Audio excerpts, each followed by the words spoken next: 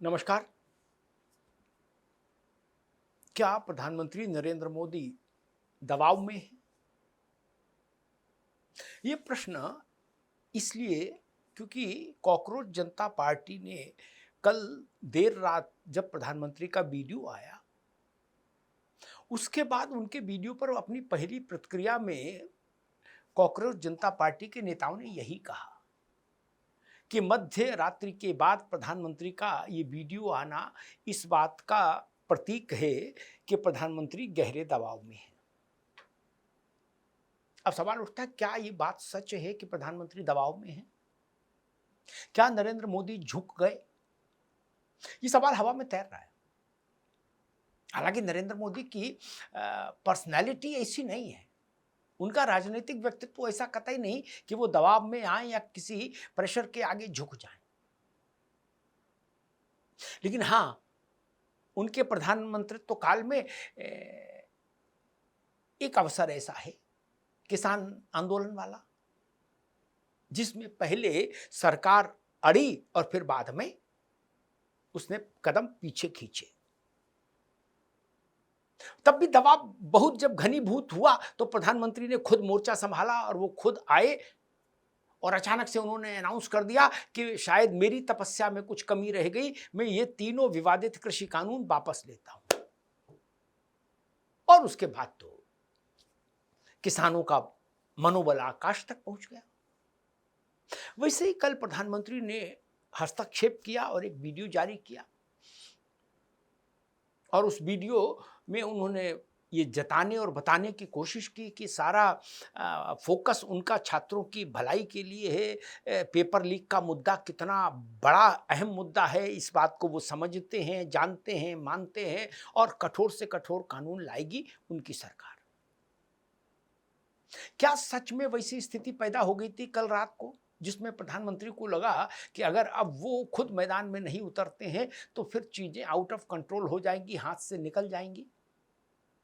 गाड़ी ढलान पर है, फिर सीधे नीचे ही जाकर रुकेगी अगर अभी उसमें हस्तक्षेप नहीं किया। प्रधानमंत्री के हस्तक्षेप के 45 मिनट के भीतर ये हो गया कि वांगचुक साहब ने अपना अनशन समाप्त कर दिया। अब वांगचुक के चेले चापड़ वांगचुक को घेर रहे हैं। वो कह रहे, भाई वांगचुक तुमने क्यों अनशन समाप्त कर दिया? कोई भी मांग पूरी नहीं हुई, ना धर्मेंद्र प्रधान का इस्तीफा हुआ, ना सरकार ने ये कहा कि सभी छात्रों को कानूनी कार्रवाई से मुक्त कर दिया गया। ना, सरकार ने कहा जो शांतिपूर्ण प्रदर्शन में शामिल थे उनके खिलाफ मुकदमा नहीं होगा। अब शांतिपूर्ण वालों के खिलाफ तो मुकदमा वैसे भी नहीं होता है भाई। शांतिपूर्ण धरना प्रदर्शन करने वालों के खिलाफ मुकदमा क्यों होगा? मुकदमा तो अशांति करने वालों के खिलाफ होगा। अशांति करने वालों को भी छोड़ देंगे ऐसा तो सरकार ने कहा ही नहीं। और सरकार ने ये भी नहीं कहा कि जिन लोगों ने, पुलिस के लोगों ने वहां छात्रों के आंदोलन पर लाठी चलाई उन पुलिस वालों को दंडित करेंगे, ऐसा भी कुछ नहीं कहा।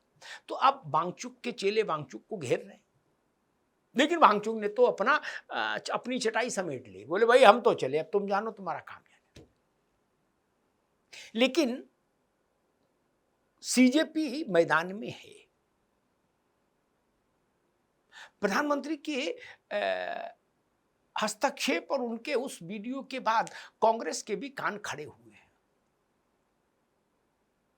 कांग्रेस भी देख रही है कि कहीं ऐसा तो नहीं कि कुछ ऐसा घट रहा है पर्दे के पीछे जो कांग्रेस नहीं समझ पा रही है, स्मेल नहीं कर पा रही है। बड़ी गंभीर बात कह रहा हूं।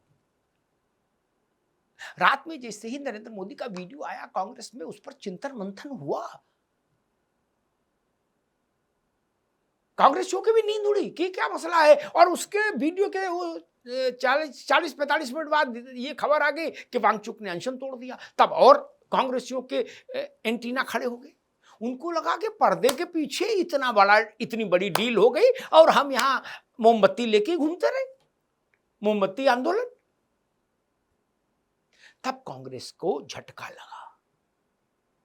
उसने कहा कि प्रधानमंत्री मन की बात कर रहे हैं, पार्लियामेंट चल रहा है, उनको पार्लियामेंट में बोलना चाहिए था, वीडियो जारी करके क्यों बोल रहे हैं?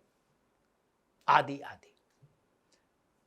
मल्लिकार्जुन खड़गे जो अध्यक्ष हैं कांग्रेस के, उन्होंने कहा कि धर्मेंद्र प्रधान को बर्खास्त करिए और आइए लोकसभा और संसद में बात करते हैं। अब कांग्रेस प्रधान का इस्तीफा नहीं मांग रही, अब बर्खास्तगी मांग रही। दोनों में अंतर है। इस्तीफे का मतलब होता है सम्मानजनक एग्जिट, तो बर्खास्तगी का मतलब होता है बेआबरू होकर कूचे से निकालना। अब वो कह रहे हैं धर्मेंद्र प्रधान को बर्खास्त करो। ये, लेकिन कांग्रेस ये भी समझ रही है कि इसमें सरकार को खाली रास्ता भी नहीं देना है कि पता लगे सरकार और वांगचुक और वांगचुक के बाद ये कॉकरोच पार्टी, इनके बीच में सेटलमेंट हो जाए और कांग्रेस बाहर खड़ी रह जाए। इसलिए जब मोदी जी ने ये कहा कि आज कैबिनेट की बैठक में हम नकल को लेकर एक बेहद सख्त कानून का मसौदा रखेंगे और उसको मंजूरी दिलाएंगे कैबिनेट से, और उसके बाद नेक्स्ट वीक में संसद से उस कैबिनेट द्वारा स्वीकृत मसौदे को विधेयक की शक्ल में संसद में रखेंगे और फिर उसको संसद के दोनों सदनों से पारित कराने की कोशिश करेंगे ताकि वो कानून राष्ट्रपति की आज्ञा से कानून बन सके।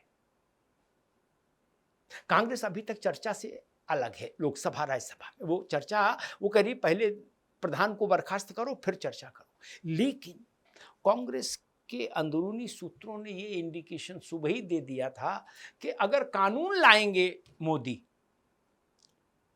लोकसभा राज्यसभा में नकल वाला, तो हम चर्चा में भाग लेंगे।